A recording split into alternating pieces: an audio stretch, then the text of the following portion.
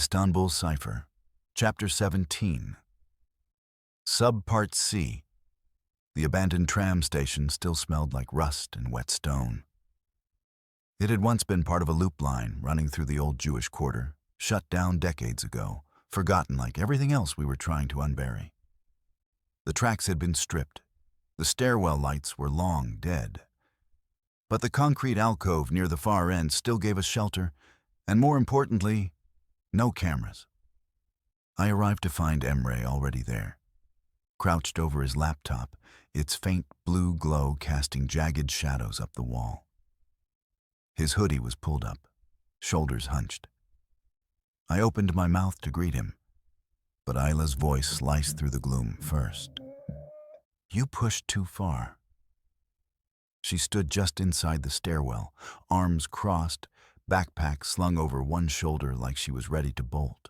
Her tone was quiet, almost calm, but it was the kind of calm that came after too many sleepless nights. Emre didn't turn around.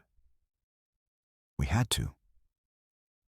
Ayla took a few steps closer. You didn't have to stream it. You didn't have to light up every server in the country. He stood, fast.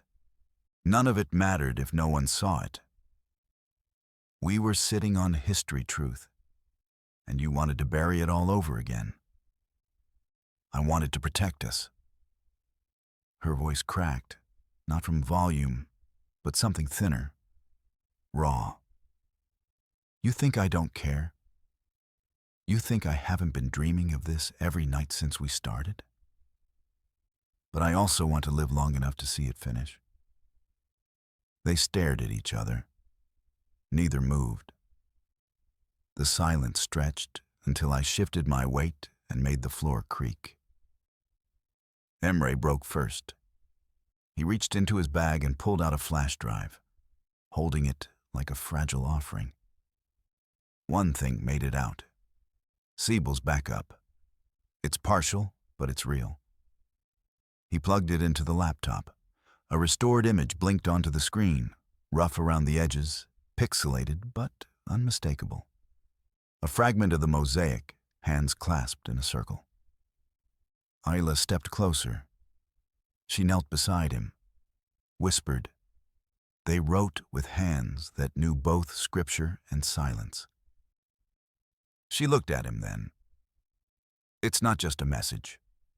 It's a testimony. Listen to full chapters on my YouTube channel.